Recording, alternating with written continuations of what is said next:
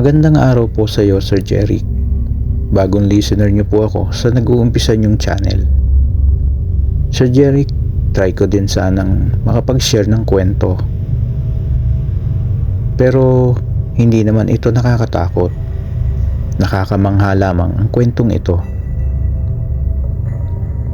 Mimi na lang po ang itawag niyo sa akin. Sir Jeric, sa kwentong ibabahagi ko, hindi ko nababanggitin ang tunay na pangalan ng may karanasan ng kwentong inyong mapapakinggan. Bali, uncle po namin ang may karanasan ito. Kaya uncle na lang din po ang itawag natin sa kanya. Ayon sa uncle namin, nangyari ang karanasan niyang ito noong 13 anyos po siya. Sir Jeric, si uncle po ang bunso sa magkapatid at si papa ang panganay.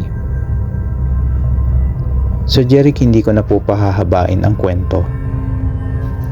Umpisahan ko na po ang kwento niya. Ang bahay nila lolo at lola noon ay medyo malapit sa ilog. Sa kwento nga ni papa at uncle ay mahirap ang buhay noon. Wala silang sariling poso kaya kailangan pa nilang mag-igib ng tubig sa ilog para magamit sa bahay. May banyo sila noon pero nasa labas ito ng bahay kaya kailangan nilang mag-igib para mag-imbak ng tubig sa banyo at sa kusina. Nagagalit daw kasi si lolo pag nawawalan ng tubig sa palikuran o banyo.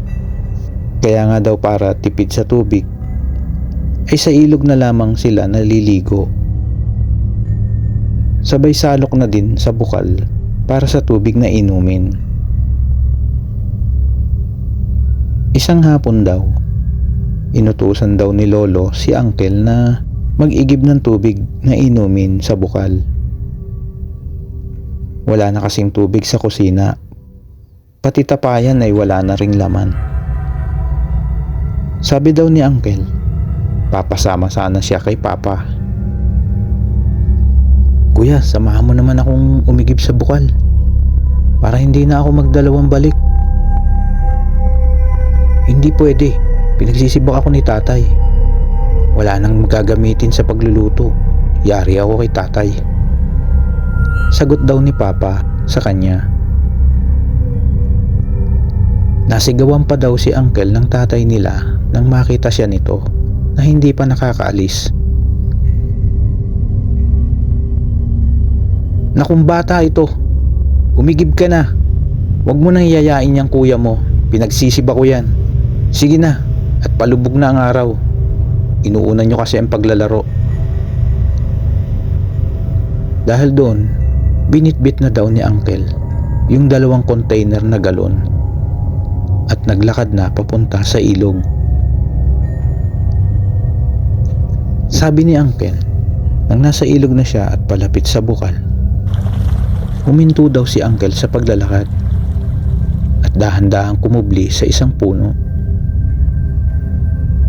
Sir Jeric, may maliliit na tao ang sumasalok sa bukal. Kinusot-kusot pa raw ni uncle ang mga mata niya at baka namamalikmata lamang siya. 5 maliliit na tao ang naglalagay ng tubig sa maliit nilang lalagyan ng tubig. Sir Jeric, sabi pa ni uncle, puro nakaputi sila at tulis ang mga sapatos. Kumpirmado, mga duwende ang nakikita ni uncle. Halos hindi daw siya makapaniwala. Pero nakita niya talaga ang maliliit na nilalang. Hinintay muna daw ni uncle na makaalis yung mga duwende.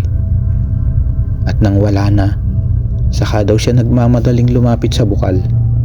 Nang makapuno ng tubig, dali-dali daw si uncle na bumalik sa bahay at kinuwento kay papa ang nakita niya sa bukal. Nang sumunod na hapon, nagbabaka sakali daw sila papa at uncle na makita muli yung mga duwende. Pero pagdating nila sa bukal, wala silang nakita.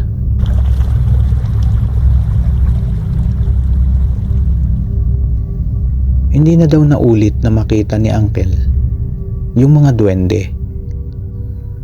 Hanggang sa magkapamilya na nga siya.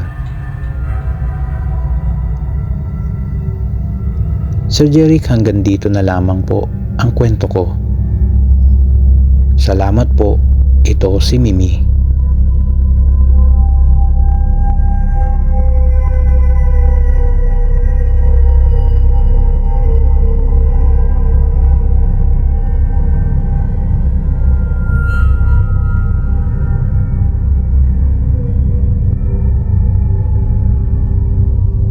Isang magandang araw sa narrator ng channel na ito na si Boss Jeric. Sir Jeric, tawagin niyo na lang akong David. 45 anyos. Nais kong makapagbigay ng isang kwento. At ito ay karanasan ni tatay. Nangyari daw ito noong bata pa ako. Mga 5 taong gulang pa lang daw ako noon. Ang tatay ko at nanay ay may maliit na lupa na sinasaka. At ang nakatanim doon ay palay.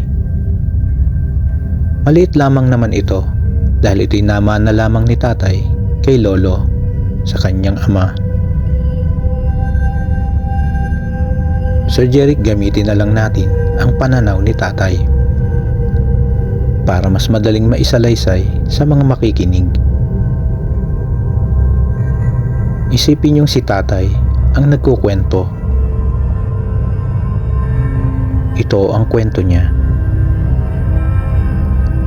Isa akong magsasaka sa maliit na lupa na pinamana ng aming ama. At ito ang aming ikinabubuhay. Isang araw maaga akong gumising, tulad din ng dati kong ginagawa. Madilim pa ay nagpunta na ako sa palayan. Gaya ko kasing maagang makapagsabog ng abono sa pananim ko. Maaga kong uumpisahan ang pag-aabono para bago tumaas ang araw ay malawak na ang nalalagyan ko ng abono. Mahirap kasi pag inabot ng tirik ng araw. Nang makarating ako sa palayan, dumiretso na ako sa kubo para magsalin sa timba ng abono. Nang makapagsalin ako, ay lumusong na ako sa palayan para mag-umpisa. Medyo madilim pa pero aninag na naman ang paligid. Nang nag-aabono na ako, hindi pa man ako nagtatagal sa ginagawa ko. Habang nagsasabog ako ng abono, napatingin ako sa gitnang bahagi ng palayan. May naaninag akong taong nakatayo doon.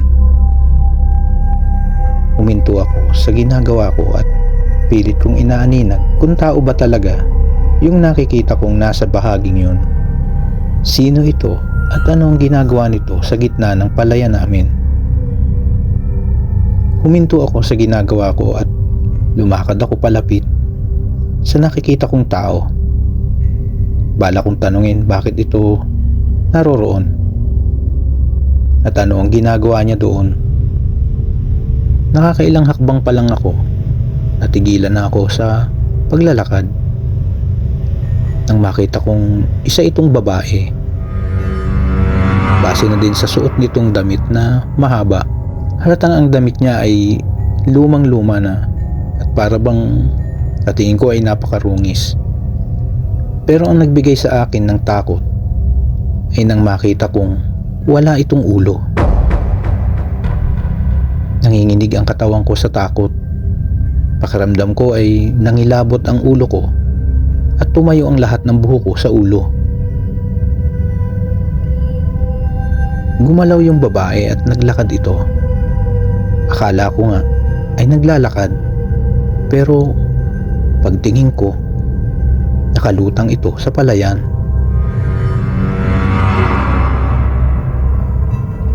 Bumaon na ata sa putikan ang mga paa ko at hindi talaga ako nakagalaw sa kinatatayuan ko. Nakatingin lang ako sa babae habang palayo ito ng palayo hanggang sa ito'y maglaho. Sa Jeric simula naman daw noon, hindi na daw ito nakita o nagpakita sa palayan ni tatay. Sir Jeric, may mga matatanda daw noon na nagsabi kay tatay na maaaring ang babaeng iyon ay biktima ng kalupitan ng mga Hapon noong panahon ng gyera. Sir Jeric, ang lupa ni tatay na sinasaka ay kanya nang ipinagbili dahil wala na rin mag-asikaso rito. Dahil kami mga magkakapatid ay may mga kanya-kanya ng hanap buhay. Si tatay naman ay medyo mahina na para makapagsaka pa sa palayan. Sir Jeric, dito ko natatapusin ang kwento ni tatay. Salamat. Ito si David.